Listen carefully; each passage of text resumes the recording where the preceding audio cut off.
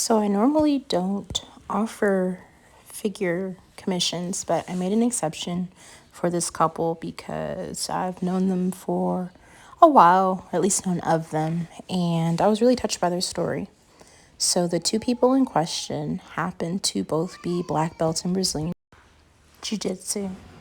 There were so many elements that I wanted to incorporate, and I found it difficult to work all of the ideas in, but ultimately I'm really happy with how it ended.